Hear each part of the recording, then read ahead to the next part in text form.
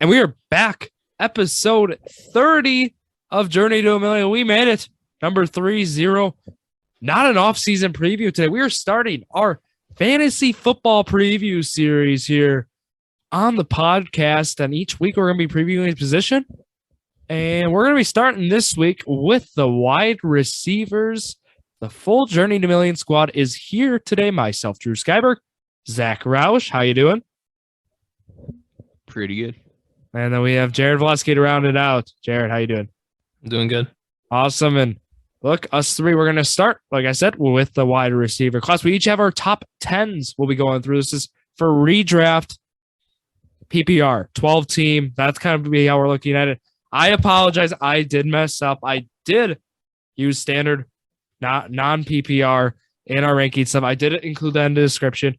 No worries today. I have all the PPR stuff. I promised ADP stuff. You bet. I have all the ADP information. I have averages. I have it for specific platforms. We have all that good stuff for you guys here today. And look, let's get started. Like I said, we have a list of 10, but first we have honorable mentions. And I know, Jared, you were talking to me. You have a lot of them. Just read us off some of the names. We'll talk about them. Yeah, well, I had to flip my list like you did, Drew. But I mean, just to name a few, these were players that were like, I've seen them on top 10 lists before, but I had to keep them off. They were talking people like Deontay Johnson. It was hard. CeeDee Lamb, I took off. Jalen Waddle is off. I put DeAndre Hopkins off just because he's suspended. Yep, that's fair. In redraft, that's what we're looking for. Just off of future, I put Michael Thomas as an honorable mention as well. Okay. And then one more. Jared is very high on Michael Thomas. Hey, just bias. Zach. Just bias. Michael Pittman was also an honorable mention. So I had Michael Pittman as 10 originally, but I felt a little too biased doing that. I couldn't do it either. Zach, okay, I'll let you now. So he read his honorable mentions. Tell us one you disagree with on Jared's list so far. Like not being on the top 10. I think I know not being on the top 10? Yeah. CeeDee Lamb. That's mine. Yeah. That's what I thought he was going to say. I originally had him on. Talk to us, Jared. I had him on, and then I looked through stats. I looked through other receivers, and I was like comparing the two between CeeDee and one other guy who is my number 10. And I was like, but he's been more consistent, and I had to give it to him. So we'll get into who that is later, but it was pretty close. It's not a landslide by any means. So I can see why people had him on their top 10. Well, CeeDee Lamb, and it's hard to use last year's numbers for him. I know we don't want to talk about it all right now, but touches wise, he was 26th with 125, or that's targets. My bad, pass targets. And right, I mean that's with Amari Cooper. There's a lot of variables with that, and now him being without Amari Cooper and Cedric Wilson, I should add too. I mean, it's looking good for Lamb. I know Zach and I are a lot higher on him there than Jared, but what stats are you looking at? Like, tell us. Like you said, I kind of looked at their system, and I like I said, it's really close. I like CeeDee Lamb's system, but this person that I have at number 10 has an elite quarterback throwing to them. They have a few weapons beside him, but he's probably he is their number one receiver. So it's close, but yeah, I don't know. I kind of gave the edge to. Okay, here's the thing with CeeDee Lamb. I mean, if you look at last year's stats, I wouldn't put him top 10 either. He wasn't consistent, had some good weeks, had some bad weeks. But as Drew, you mentioned, with Cedric Wilson and Amari Cooper leaving, that's 180 targets from last year that are gone. And what did they do to replace that? Did they get James Washington? How many where are those targets going to go? Zach, I like what you're talking. I like it. I want to name one more thing. The reason that was my split decision was CeeDee Lamb last year we can't really go off of last year, like you said, 6 touchdowns. He had 1,102 yards, so he had over 1,000. But even the year before, he had 935 and only 5 touchdowns. He's on the up. I get it. But this person, I'm sure you might be able to know who it is if I say this, but they had 13 touchdowns 2 years ago and 14 last year, which is big fantasy numbers. I think I know who it is. So, and they had about the same receptions. So it was pretty close. Here's the thing, though, with all those other vacated targets I just mentioned, and with CeeDee Lamb moving into the top role in the Dallas passing attack, I don't think those 5-6 touchdowns, it's not going to go down. I mean, it can only go up. Yeah. If it goes up, that's more fantasy points, better positioning. Yeah. I have CeeDee Lamb pretty high. Let's read some ADP numbers here for Lamb. Right now, averaging, he's at 18.8, let's say 19. So he's going mid-second round. You know, if you think about that, he's getting drafted right now as the 8th best wide receiver in fantasy. So we'll talk about that. Do I have him higher? Do I have him lower? We'll see. I wish you could see my list though, Zach, because I had CeeDee Lamb pointed at the number 10 spot, and then like 10 minutes before we started recording, I crossed it out. So let's roll now to who are number 10s. I'll read mine first here. I got Tyreek Hill at number 10. Might sound crazy low. Zach, who do you have? AJ Brown. Okay, Jared. Okay, well, I got Mike Evans. I had Mike Evans as my honorable mention. Yeah. So that's fair. You might be wondering why Drew Tyreek Hill at 10. What is going on? It's the system, right? You know, and okay, well, you could say system. Mike McDaniel, you know, him coming over from where is he? San Francisco. Now he's with the squad in Miami. I know he's mentioned there's going to be creative ways to get him involved in the offense. And look, his touches or his pass target's 187. He's not going to be at 187 this upcoming year. I mean, it's going to be lower, I still think, regardless of how they say they're going to use him and such. I personally, I mean, Jared said, you know, system is what I was looking at. And I mean, he's quite right. The system right now for Tyreek Hill with having his quarterback as Tua, I mean, that's certainly a concern of mine. And I don't, reception wise, like, I don't know if he's going to be like that dominant 10 reception guy, you know, and that's something I look for. I look for a guy who's going to get a lot of targets, which I mean, points to his past where he has, but where he is right now, I don't know if I see him getting those targets. You know, am I too low on Tyreek? I mean, Tyreek's getting drafted right now. Let's see where the ADP has him at. ADP has him at Tyreek Hill. He's getting wide receiver 7. So, you know, I'm a little lower than consensus, but yeah, just got him stay away. What do you guys think? I have him higher on my list, so we'll get to him later what I have to think about him. But I think he's a little low. I think for you, but okay, Zach. Have our own decisions for Tyreek Hill. Yeah. Do you have talk about AJ Brown a little here? Well, I had AJ Brown as 10, just because obviously he went to Philly, run heavy offense, and they have Jalen Hurts at quarterback. Not the number one quarterback where you want to go after his receivers in fantasy. AJ Brown was, I'd say, hyper targeted in Tennessee. He was getting, when he did play, I mean, he did miss some games, but when he did play, he would see double-digit targets almost every game. And now going to Philly with Devontae Smith there as well on a run-heavy offense, I just don't see him getting the volume that he's going to need to be a top 5 receiver. I think he has the talent. I just don't think he has the opportunity. Well, I understand the receiving part of it, but isn't Tennessee a run-heavy offense as well with Derrick Henry? Yeah, but I think Philly runs it more than Tennessee. And I think Tannehill's probably a better passer than Jalen Hurts. Okay, that's fair. Yeah, no, I can't argue with that. Jared, Mike Evans, let's hear about it. He just missed my list. I mean, he was at number 11 for me. I know Zach's a little hard on him, but let's hear it. I mean, going back to the whole CeeDee Lamb thing, I compared their touchdowns and their receptions.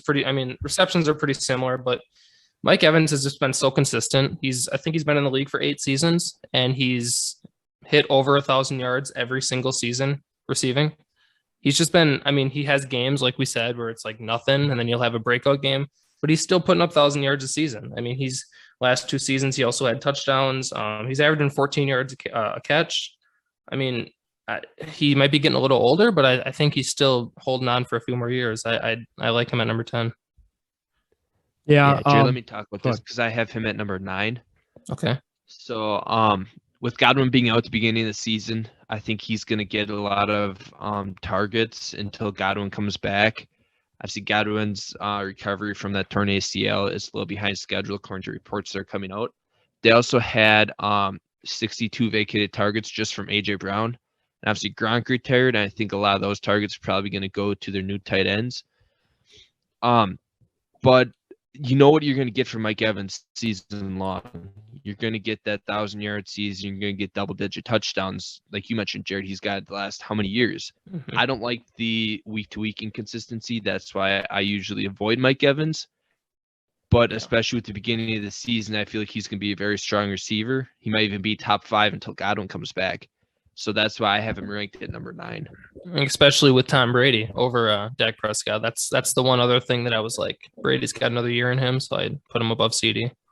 And my, looking at ceiling too, my thing actually, which is kind of against Mike Evans. I mean, to the guys like ahead of my list here, I mean, I think they have higher ceilings. I think they can maybe, because like Zach said, we know what we're going to get on Mike Evans. I was looking for guys who actually, number 9, Zach, I do have AJ Brown. So, I'm kind of like right in the kind of same ballpark with you on that, which I'll get to. But yeah, I mean, there's some guys who I think have higher ceilings there. Is kind of why I leave Mike Evans off of the list. So you guys want to go to number 9 here? So I got AJ Brown. Jared, can you read it again? Yeah, I had Keenan Allen. Might be surprising. I don't know if you guys have him on your list, but 1,138 yards last year. Touchdowns are a little low. Averages about 7 in the last few years. He gets a lot of receptions though. And with Justin Herbert up and coming, I know Zach's high on him. I might not have been as high, but he's still a good quarterback, and he's top 6.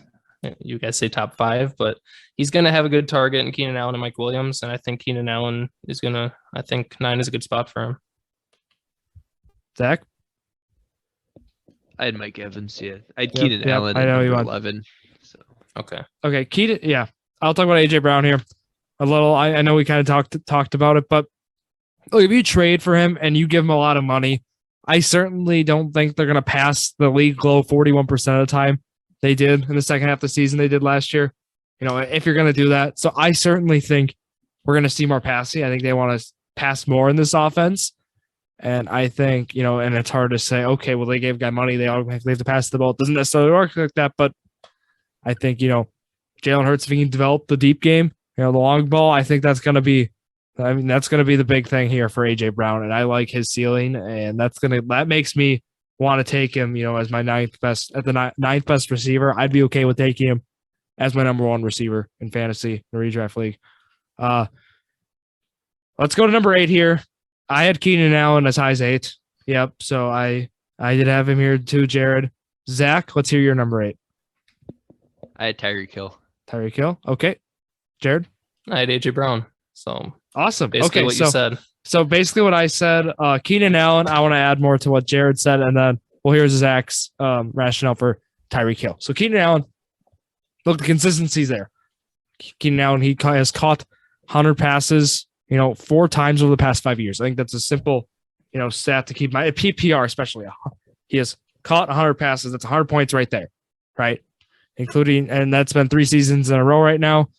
And, that's who he's been. And when you have a top guy like Justin Herbert, who is going to be a top fantasy quarterback this year, Jared, that's certainly, something to look at.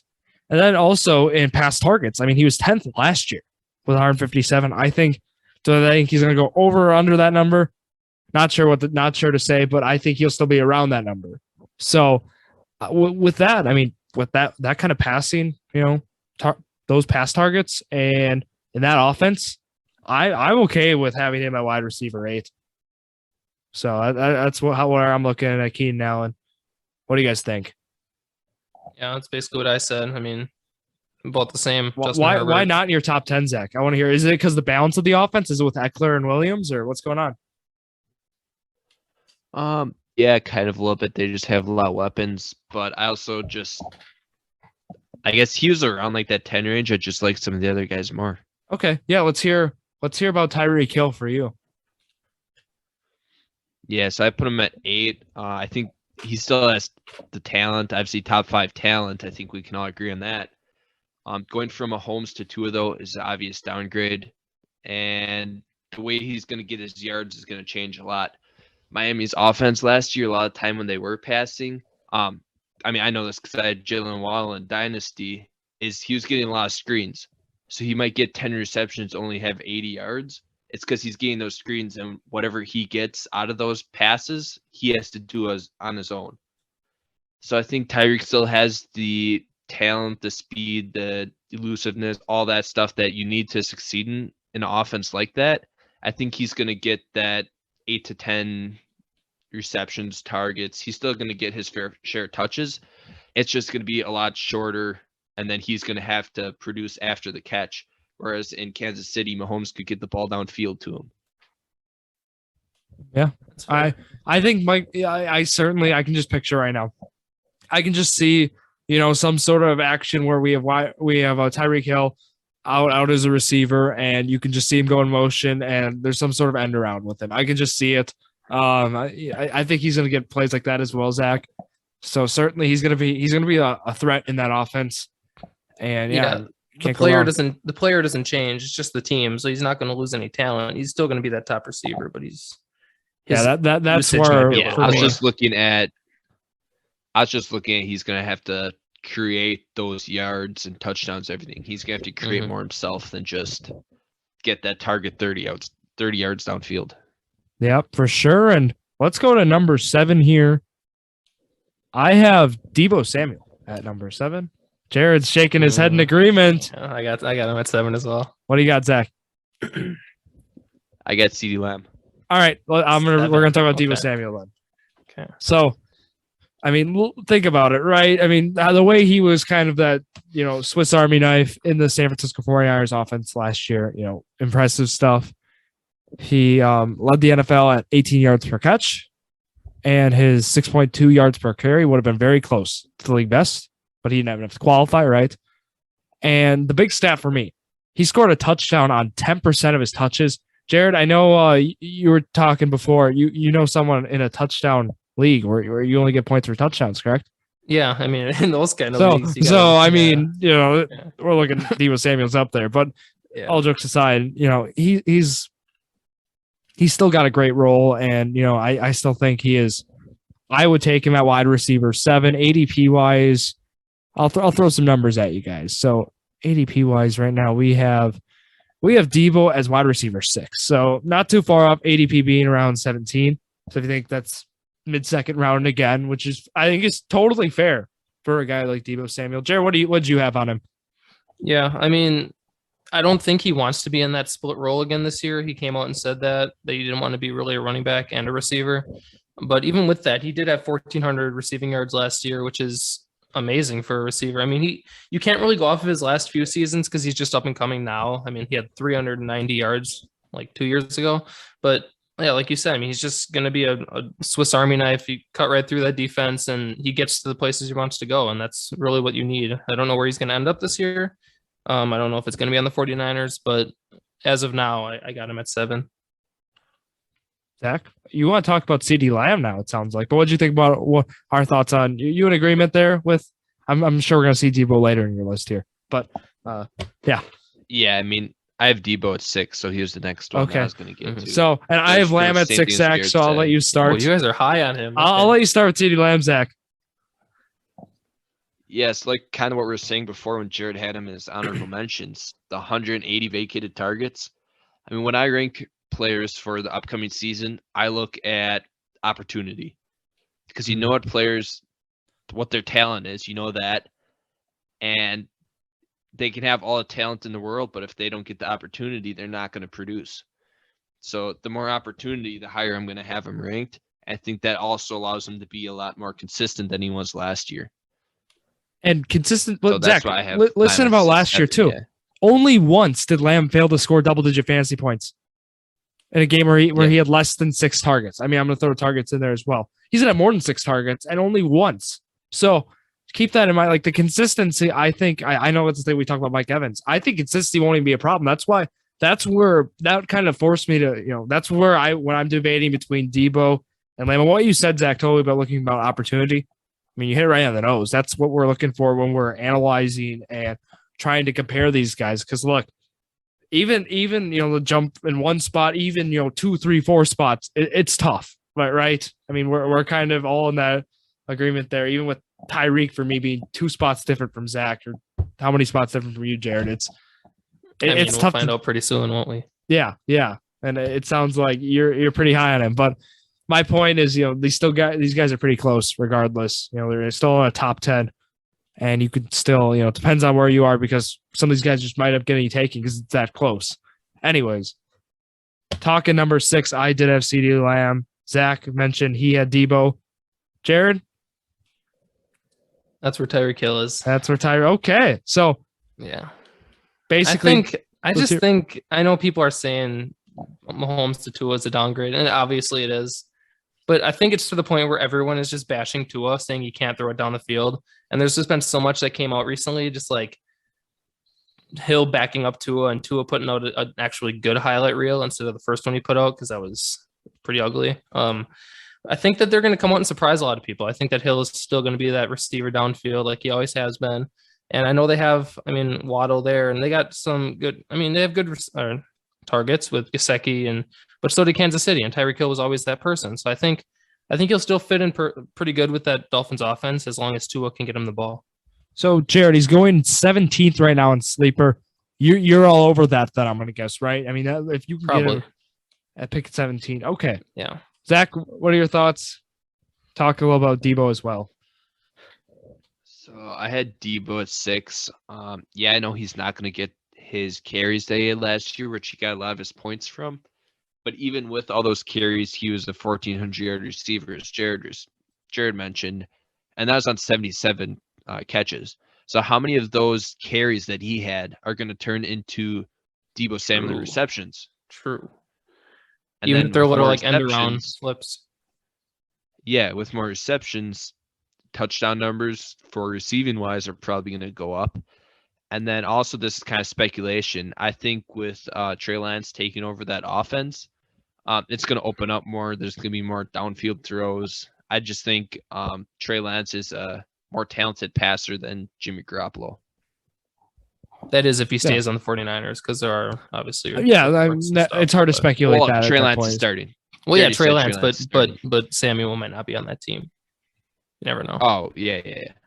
No, I'm high on Debo too. It's just I really like CeeDee Lamb this year, and that's kind of what forced me to put him there at 6. Number 5 here, I have Stephon Diggs. Is where I went. Now you're starting to copy me. I see. Okay. Funny, Jared. Zach, who do you have at 5? Devontae Adams.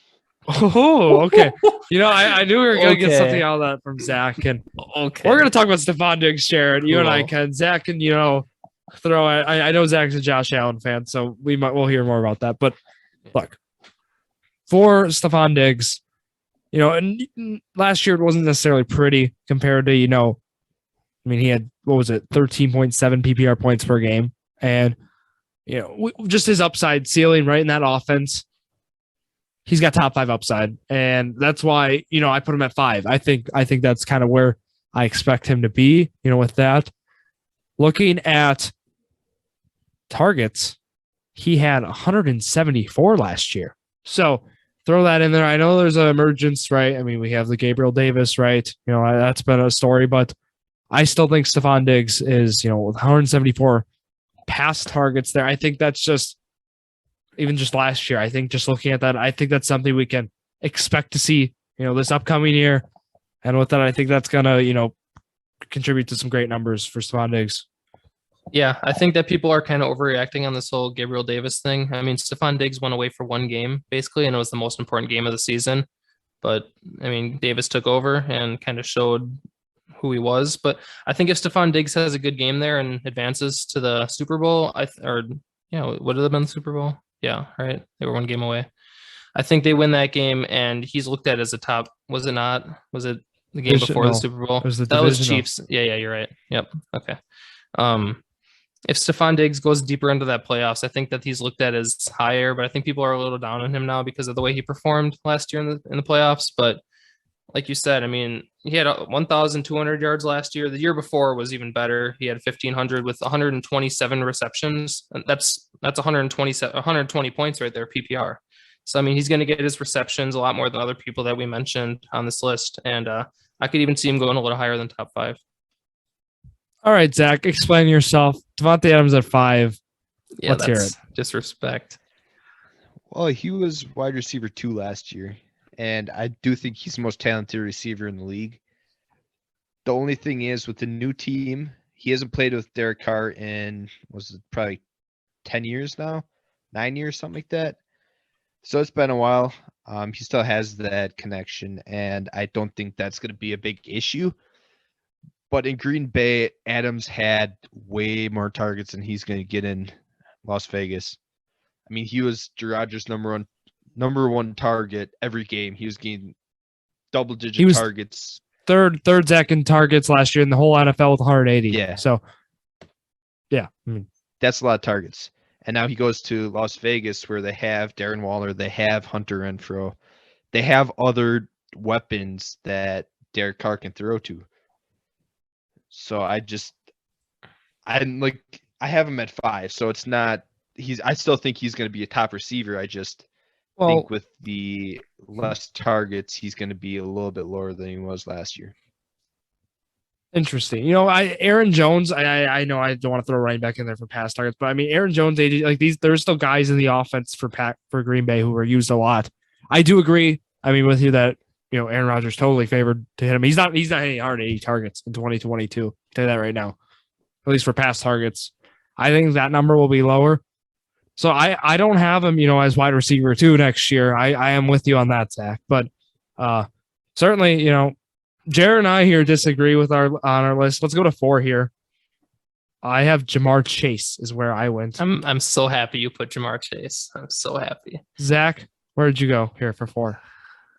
Stephon Diggs. So Diggs, and you're high, one spot higher. And with him, is that just because you want to put Adams lower? Or I guess where was? Well, I was just looking at the Buffalo offense. Last year, they had Emmanuel Sanders, Cole Beasley, Gabriel Davis, Stephon Diggs. They had so many weapons that the ball got spread out a lot. Now with Emmanuel Sanders and Cole Beasley gone, I know I've talked about this point a lot. That's 184 vacated targets. And we all know the Buffalo Bills offense is going to be top 5. Yeah. So with less competition, that's a lot of targets gone. I think he's going to get targeted more. And we can see him return to his 2020 play style where he's going to have that 1,600 yards, double-digit touchdowns, have those 120, 130 receptions. So I guess do I even need to convince here for Jamar Chase here? I'll go through them here. I know Zach arguably has him higher now, but let's go through it. So in PPR, I don't have Jamar Chase, just so you know. Oh, you don't? I thought you said you. I don't. I thought you said you did. No, I don't. I'm happy you have Jamar Chase. Who do you have? I want to debate. I got Jefferson. I got Justin Jefferson. 4? Yep. Jeez. At 4? Yep. I looked at stuff and it's, I don't know. It's just. So I have to debate Justin Jefferson's case. This is easy. It's not easy. Tell me Thank you, Jared. Okay, so come on. We'll talk first. I hate to throw in what the media is saying and what we've heard from the camp, but we've heard reports that the Vikings offense is going to be pass heavy. It's going to be heavier in the pass compared to previous years. Look, that already helps a guy, in Justin Jefferson, who has had a historic first 33 games. He's caught 196 passes for over 3,000 yards, 17 touchdowns on 292 targets. And look, he already has 50 catches of 20 yards or more, a 25.5% clip with 9 receptions reaching the 40-yard mark. So he's already having the big plays. And at this point in his career, he's already averaging 5.9 catches for 92 yards, which with touchdowns equates to 18.22 fantasy points in PPR leagues. I think he is in a better situation. Despite sounding crazy, I think he's in a better situation to succeed with Kirk Cousins right now in this pass-heavy offense for this season than Joe Burrow and their very balanced, offense. I think that's going to be a very balanced offense this year. I think this is going to be a pass-heavy offense in Minnesota, and I think that's going to let Justin Jefferson thrive. I am at number 2. I'll actually throw a little hint in there. I'm that high on Justin Jefferson, Jared. Let's hear you. So where is Delvin Cook? I mean, we're not talking running backs right now, I know, but you saying they're pass heavy. Isn't Delvin Cook still a top 5 running back to you? I think talent wise, but I think Jared, I mean, if you think about it, Justin Jefferson, if they're going to be passing the ball a lot, Adam Thielen has been injury prone, 31 years old. I'm not going to try to say I'm going to bank on him getting hurt, but Justin Jefferson is going to be on a league of his own, I think, in 2022, other than, my number one, right? I think who's going to be his competition. But ADP, let's go to ADP too, Jared. I always like to throw this in here as well. Just for you two, Jamar Chase right now is getting drafted as wide receiver 3. Justin Jefferson getting drafted at wide receiver 2 at 6. Right now, 6.4. And I know ADP doesn't automatically mean I'm right, but 8.6 then for Jamar Chase. So community tends to agree with me. I just think, Jefferson's going to be the guy getting the targets, Jared, in 2022. Let's go to pass targets too. If you want me to keep going, 167 pass targets in 2021 for Jefferson compared to 163 to Chase. It's neck and neck, but I think there's going to be more opportunity for Jefferson. Yeah. I agree with almost everything you said. They're both great players. They're both top 4. I think it's just hard for me because obviously Jamar Chase was a rookie last year and Justin Jefferson's on his 3rd year now. So I think, Jamar Chase had more yards his rookie year than Justin Jefferson did his rookie year, which is, you never know how that's going to go based on the system and everything and the quarterback.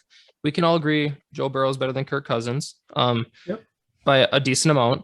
So I think that Joe Burrow is going to get the ball to his receivers. But the problem that I was considering is just they have more weapons. They got, T. Higgins. They got a lot of players there that can get receptions. But I look at the run defense, the run offense on the Vikings. You got Dalvin Cook to Joe Mixon. I think Cook is better.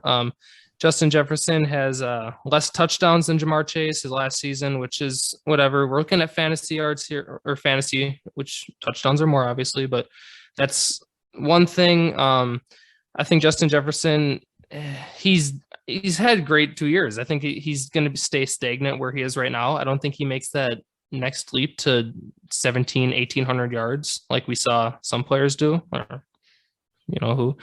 But I think Jamar Chase makes that leap. I think he's a young player and he's rookie coming out into the 2nd year with a young quarterback, brighter future. I think that he's going to have a little bit better season and better career than Justin Jefferson. So I'll just say it right now. I got Jamar Chase at 3. So I got him 4 and 3. So they're back to back. Yeah.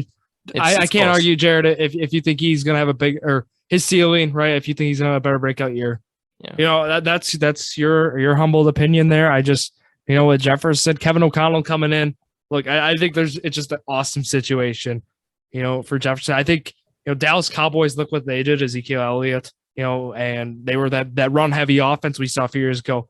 They transitioned into more pass heavy offense, I guess, say with a balanced passing attack. Look what they did, offense, number 1 scoring last year, I believe. And overall, I think we might see that kind of similar transition here with the Vikings. And I think that's going to really help out Justin Jefferson, even if, look at what he's done without it. Look at what he's done last year and the year prior. We have to wait for Jamar Chase's sophomore season. Let's talk about then for our number 3s here. And the guy I have, Devontae Adams of the Las Vegas Raiders. I put him at 3. It's in between where Jared has him and Zack, it sounds like. So I'll let you guys read your 3s, and then I'll talk about my guy. Like I said, I got Jamar Chase. Zack? So right here with 1 through 3, they're all the same for me. Like, I could walk away from a draft with any of them and be completely happy. And you could take any of them first, and I would not fault you. 1A, 1B, 1C. I feel that when I was making this too, Zack. Go ahead. Let's hear your 3. Cup, Chase, and Jefferson, though. Cup. So, I got different guys, but those are the 3 that I think are. And Jefferson being number 3 for you, or Chase being 2? But, Zack, you still have to put them in a ranking. I don't care. I listed Chase as 3. Yeah. Just because I think Jefferson what I said. He's he's the main weapon. Jamar Chase has a lot of other targets on that offense. And I think Thielen he's getting through retirement age, or he's going downhill. He's at the back half of his career. Yeah, he's 31. He's been regressing. Yeah. Regression has been there for him. Jefferson's on the rise. So and after that, who's left? Osborne, KJ Osborne. Like, I'm not worried about. That's KJ your guy, Zack. When it comes, aren't you a dynasty holder? Jefferson. I am. Yeah. There you go. He's like my wide receiver 6 or something. There you go. And okay, Davante Adams. Look, if Jared has him at 2, right? I mean, you're gonna be agree with me on this. Okay. I mean, basically with him, look, he might not go. He goes to Las Vegas. I know. Zach mentioned he hasn't played with Carr. It's been a minute, right? And I still think he is going to put up numbers because look at what he did in Green Bay last year. Certainly, he doesn't have Aaron Rodgers throwing to him, but he's not going to either hit 180 pass targets. I don't think that he's going to hit that either. Yeah, 180. But look, I know Zach made the argument with weapons. I mean, the Packers still had weapons. I know Rodgers might have not had a preference or might have had a specific preference as we saw in the divisional rounds still. But if you look at it, I still think Davante Adams is going to see a lot of pass targets. Waller has been an injury, he's been injury plagued these last few years. And I don't want to say he's going to get injured. So, you take Davante Adams because we don't know that. But still, I think Davante Adams, I think it's going to be a pass-heavy offense there in Vegas. Josh Jacobs, they didn't take his 5th year. I mean, they didn't exercise it. So he's arguably out on the door. I don't see a lot of faith in him. And I think this is going to opt to be a pass-heavy offense. And with that, Davante Adams as your receiver, I'd be content with taking Davante Adams in a draft. I still have personal preference, though. I might still lean towards my top 2 guys, of course. That's why I have him ranked ahead. But Davante Adams at 3 is my spot. I think he's very close there at number 4 with Chase. I mean, those 2 are tough for me to differentiate, but I ended up gave Adams the nod. I mean, I got him at 2. So, like you said, you basically covered the whole system part of it. It's going to be harder than in Green Bay, but I kind of more looked at just the stats of him compared to Chase and Jefferson. Just over the last few years, more touchdowns. Obviously, I know Chase has only been in the league for 1 year, but more receptions, more like targets, obviously.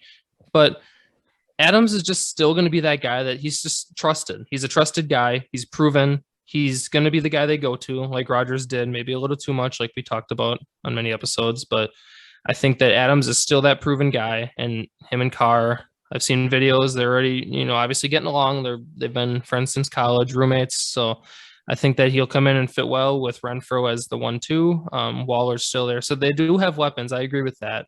But it's still Davante Adams. He's still your wide receiver 1. He's still going to be your main target.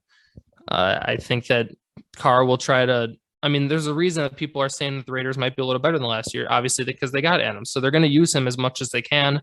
And they're still going to use Renfrow and they're still going to use Waller, but Adams is going to get the brunt of the carries or the receptions, and he'll still put up the 1,500 yards that he did last year. I'm sure, maybe a little less, but it's still, like we said, you can flip them with Jefferson or you can flip them with Chase. They're all in that general vicinity.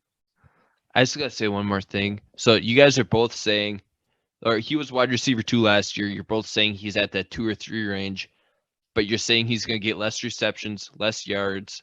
I think he's going to be worse than last year, Zach. He can be wide receiver. I have him wide receiver 3. I think he can still one word, slot. Yeah.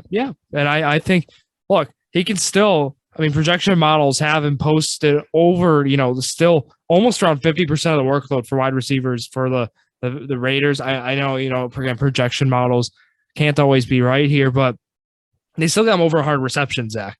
I think that's a lock. I think that I think his PPR value, Zach, he's going to get receptions. He's going to get a lot of receptions. He's not a guy who's a home run guy, right? And I think for me that's what puts him ahead of guys. That's why I have him ahead of Jamar Chase. I think he has more of that PPR, more of that consistent floor. We've seen Chase have stinkers. We've seen him, have not so great games. I think Adams is going to be a consistent guy, and I know you're big into consistency, so I think Davante Adams is a guy for consistency. That's exactly what I was thinking. Yeah. I guess one other thing is I'm probably a little bit higher on Hunter Renfrow than other people. I think he's still going to have a very big role in that offense. So I guess that might be another thing that factors into my rankings. Although like Jefferson did have more yards than him, but like you said, Drew, he's got 123 receptions last year, and I think it's going to go down, but I don't think it's going to be under 100. I think it'll still be 110, 115. Like he'll still be a little bit above, if not the same as Justin Jefferson. Jamar Chase only had 81 last year, so I think he's above him clearly. But I more touchdowns, we don't know. We got to see how he fits into the offense. But yeah. Darren Waller, mentioned him as well. I know. I mean, he's getting older too. I actually thought he was going to get traded, but he's still there too. So, the credit to Zach's point, there are still guys there. Josh Jacobs still could be used in the offense, and you just don't know. So let's move here to number 2. I have Justin Jefferson here at number 2. I mean, I stated my case for him, and I'll leave my case there. Jared, you have Adams at 2. Zach, Yep. Who do you have at 2? Jefferson. Yeah, that we talked. Yep. Okay, so cool. Anyone want to talk about that? I think we'll move here to number 1. Cooper Kupp. Let's just rave about Cooper Kupp here. Cooper Kupp here to round out the episode. So Cooper Kupp, look at what he has done. Last year. Look, we'll just go to pass targets right away, right? 233. Next closest, 187. Not even close in that aspect. You might be like, oh, they have Allen Robinson now. You can think, he might be more involved. I think that won't matter. I think this is going to be a pass-heavy offense, and I think that's going to be how they operate. 8 ADP right now. Wide receiver 1, Cooper Kupp. His average ADP is 3.6. He's actually going lowest on sleeper. He is average at 5. You get him at 5th overall in sleeper. He is going on average 3rd overall, 4th overall. Otherwise, I'm sorry, 2nd overall on ESPN compared to the 5th overall in sleeper. So it's pretty wide margin there, and that's all in PPR. But Cooper Kupp, that's probably because the top people are going to take running backs. I'm guessing that's like that's kind of the other, which we'll talk running backs next week. Yeah. How high would you guys take him? I would take Cooper Kupp. Go ahead, Jared. Okay, I think me being a Colts fan, I'd want Jonathan Taylor, so I would probably take him 1. Okay, there's one guy. I don't really trust Derrick Henry fully off that injury. I think I'd take him 2 or 3. I don't even know if I can think of another guy. I would take him. I'd take him 3rd overall. Who else would be ahead? So Jonathan Taylor for me, right? Mm-hmm. And I think Austin Eckler. Yeah. Ooh. Just so you'll see running backs next week. Because I and this just his personal preference here too. I like getting a consistent running back to start, and then I might go receiver, and then I'll throw a rack and a running back. That's just how I operate sometimes, and especially in a PPR. I just want to get that stable running back because anyone can get in a PPR draft. It feels like you can get receivers who get the targets, right? It's just who can get the running backs, who get the touches. I think that's what wins you the league, and I don't know. That's kind of where I go in my drafts, but Cooper Kupp is certainly like Zach said, 1A, 1B, 1C with his 3 guys. But I feel like, if you get Cooper Kupp, I mean, you're hoping he's going to put up the same pass target numbers. I don't think he's going to have the season he had last year, but I still think he's going to have an offensive player of the year type season. I could see Jefferson, Chase, and Kupp all hitting 1,700 yards. What I was thinking about it is I saw Cooper Kupp as the number 1 right from the beginning. And then I had Adams, Chase, and Jefferson as 2A, 2B, and 2C.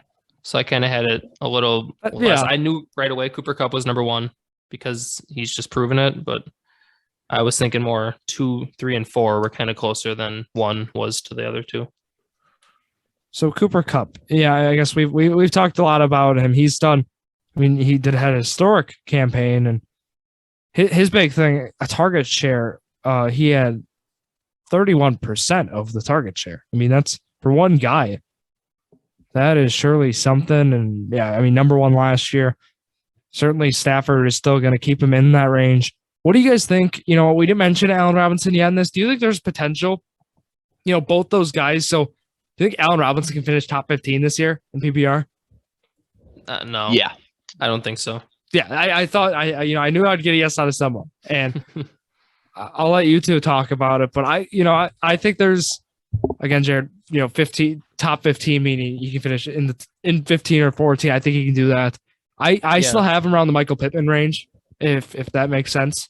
That's what I was just saying. Going Zach, back to all my Jared, you go ahead. Sorry. All my honorable mentions. I mean, I think that CeeDee Lamb is above him. I think Jalen Waddle will be above him. Deontay Johnson, Michael Thomas. Waddle I think above. will have. I think so. Yeah. Okay. Why not? Okay. He had 1,000 last year. I think he'll. Zach. Well, I have Jalen Waddle. I think he's going to be low teens, and I think I could see Allen Robinson getting around the 10 to 15 range. He had a terrible year last year. Wasn't even worth on fantasy. He was getting dropped in redraft leagues. Which is But insane. now he goes to LA. Yeah. He goes to LA. He has Stafford, which is a big upgrade over anything he had in Chicago. But Zach, And you rated Jamar Chase lower because he has weapons, and you also rated Devontae Adams lower because it's a new system and there's weapons around him. But now you're high on Allen Robinson, and they have weapons too. I'm not saying Allen Robinson's going to be top 5, though. Those guys were top 5. Okay, so you think that Allen Robinson's when you're top above 5, you're going against the best of the best. I think he can hit top 15 because he's going to be the second option on the LA team that's passing a lot. They have Matthew Stafford too, so they can air it out. I mean, I think he has a potential to. I'm not saying that he's surefire top 15 receiver. Mm-hmm. I think he has a potential to. Okay, maybe it's just me seeing him as a wide receiver 2 on the Rams, and I'm like, there's some wide receiver 1s out there that might be better. But last kind of thing here before we wrap up. So looking at wide receiver duos, what tandem do you think will finish the highest average? So if that makes sense. So, like averaging the two end spots for the top 2 wide receivers on a team. What spot will be the highest, for what team? Just throw some names out there. The Chargers, right, with Mike Williams, Keenan Allen. The Dolphins, Waddle and Hill. I'm thinking Bengals. I was going to say Higgins and Chase. And then the Rams, of course, I'll even add Renfro and Adams in there for Zach, but Rams with Robinson and Kupp. I know there are a lot of teams out there. Jared, you went with the Bengals? Is that what I just heard? I think so. Zach? Sorry, no, we're going to go through our picks and then we'll talk. Okay. This is tough because if Godwin only misses 1 or 2 weeks, I think it's Tampa Bay. I think Godwin's going to be out longer, though, but you can still take them. Yeah, is he? If he misses more than 2 weeks, I don't think they're going to get it. Okay. What if I say the 49ers? Let's hear it. Brandon Ayuk and Debo? No way. Okay, maybe not, but I think Ayuk's going to be a lot better than most people think. I think Ayuk will be better, Zach, but we're talking, Mike Williams and, just Keenan Allen, T. Higgins, and these guys could finish. Both be top 10. And you just mentioned Allen Robinson. You think he can finish in 15, and Cooper Kupp arguably finishes 1, 2, or 3. I mean, there you go, right there. I'm taking Rams. I think Allen Robinson will be a lot better. And let me check ADP numbers because my fear is he's getting pushed up too much right now. Let's see. I'm thinking Allen Robinson. Oh, Allen Robinson's going really nice right now. Allen Robinson, you can get in the 6th round, 6th or 72. Yeah. He's going. So that's not projected top 15 at all. The problem is sleeper. He's going 59th. He's going as wide receiver 29. I think Jared, he can still bump up. He's going around with guys like Adam Thielen, Hunter Renfro, and Jerry Jeudy. So I think Allen Robinson there at wide receiver 29 is a discount. I would be all over that. It sounds like Zach, you would be too, if based on where you had him with me. But that's kind of where we'd go.